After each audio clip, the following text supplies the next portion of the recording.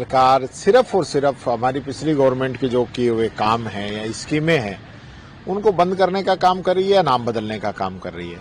सभी पंचायत मुख्यालय पे राजीव गांधी सेवा केंद्र हमारे समय में हमने बनाए थे। पिछली गवर्नमेंट में भी इन्होंने नाम बदलने का काम किया और उनको अटल सेवा केंद्र किया। संयम लोढ़ा जी जो कि हमारे पार्टी के विधायक रहे हैं वो कोर्ट के अंदर गए और हाई कोर्ट से डिसीजन हुआ कि नाम नहीं बदला जाए और वापस जो है भारत निर्माण राजीव गांधी सेवा केंद्र उनका नाम किया गया। लेकिन अब सरकार ने चुपचाप अचानक सिर्फ और सिर्फ नाम बदलने के उद्देश्य से रंग रोगन और मरम्मत के ऑर्डर निकाले हैं और उसमें लिख दिया कि भारत निर्माण सेवा केंद्र कर दीजिए, राजीव गांधी जी का नाम हटा दीजिए। राजीव गांधी जी संचार क्रांति के जनक, 21वीं सदी के बहुत बड़ी सोच रखने वाले हमारे नेता थे और जिन्होंने पूरा जो डिजिटल इंडिया जो किया वो राजीव गांधी थे, जिन्होंने देश के लिए कुर्बानी दी, देश को एक रखने के लिए कुर्बानी दी। आज उनका नाम हटाने का ये ऐसा घिनौना काम कर रहे हैं। मैं समझता हूं सरकार को, मैंने पहले भी एक दो बार कहा है, इससे दुगनी बिल्डिंग बनाओ और इससे दुगना बड़ा नाम लिखो, हमें कोई एतराज नहीं है। लेकिन हमारे किए हुए कामों का, हमारी बनाई हुई स्कीमों का आप नाम बदल रहे हो, ये तरीका इस सरकार का गलत है। इसको लेकर मैंने मुख्यमंत्री जी को भी और प्रिंसिपल सेक्रेटरी को भी इसके लिए लेटर लिखा है कि वो इस निर्णय को वापस करें और राजीव गांधी सेवा केंद्र जो नाम है वो इनका रहना चाहिए।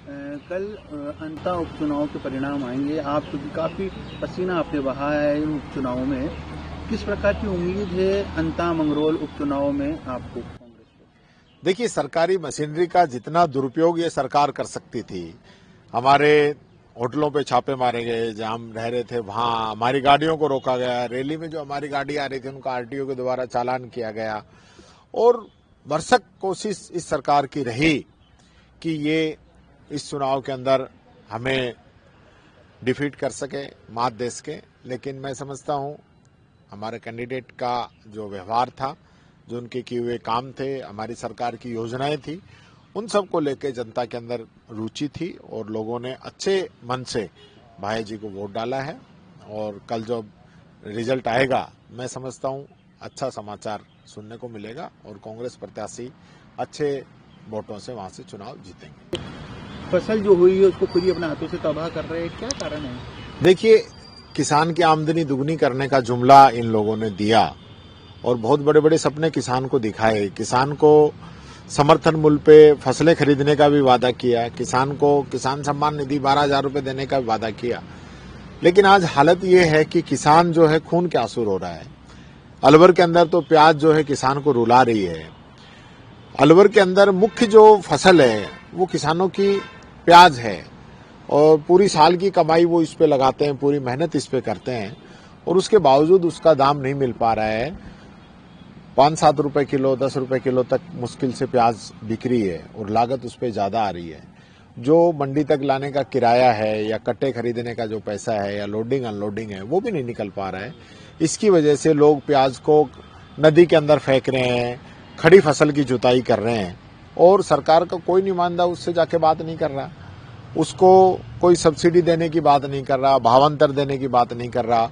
जो इंपोर्ट खोला है इस सरकार ने, जिसकी वजह से सारी दिक्कतें आई हैं, उस इंपोर्ट को भी रोकने का काम नहीं कर रहे हैं। वो इंपोर्ट रुक जाए तो अपने जो प्याज है उसकी खपत बढ़ जाएगी, लेकिन इनको तो यहाँ के किसानों को मारना, यहाँ के किसानों के साथ जो दोहरा व्यवहार किया जा रहा है वो मैं समझता हूँ बहुत ही चिंतनीय है।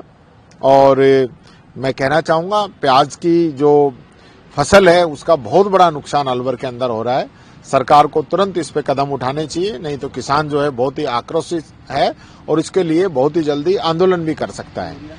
साथ ही मैं यूरिया के लिए भी कहना चाहूंगा कि आज पूरे प्रदेश के अंदर जहां नकली यूरिया बनाया जा रहा है, किरोड़ी मीणा जी ने जो छापे मारे थे उनमें जितने भी लोगों को उन्होंने पकड़ा था तो वो सारे तो छूट गए, अरेस्ट तो कोई नहीं हुआ, कोई एक भी आदमी बंद नहीं है, सब बाहर घूम रहे हैं। ऐसा लगता है कि किरोड़ी लाल जी तो उनको बंद करते हैं और भजन लाल जी उनको छोड़ देते हैं। तो इस प्रकार की हालत हो रही है, यानी लोगों को यूरिया नहीं मिल पा रहा है और ऊपर से जो मिल रहा है वो नकली मिल रहा है, लाठियां डंडे बरसाए जा रहे हैं। तो ये किसान के साथ ऐसा अत्याचार क्यों कर रही है सरकार? ये दोहरा रवैया किसान के साथ क्यों अपना रही है? वो किसान जो धरती का सीना चीर के हम सब लोगों का पेट भरने का काम करता है, आज वही किसान जो है लाठियां खाने को मजबूर है। चारों ही तरफ से किसान को तो इस सरकार ने धोखा दे दिया है।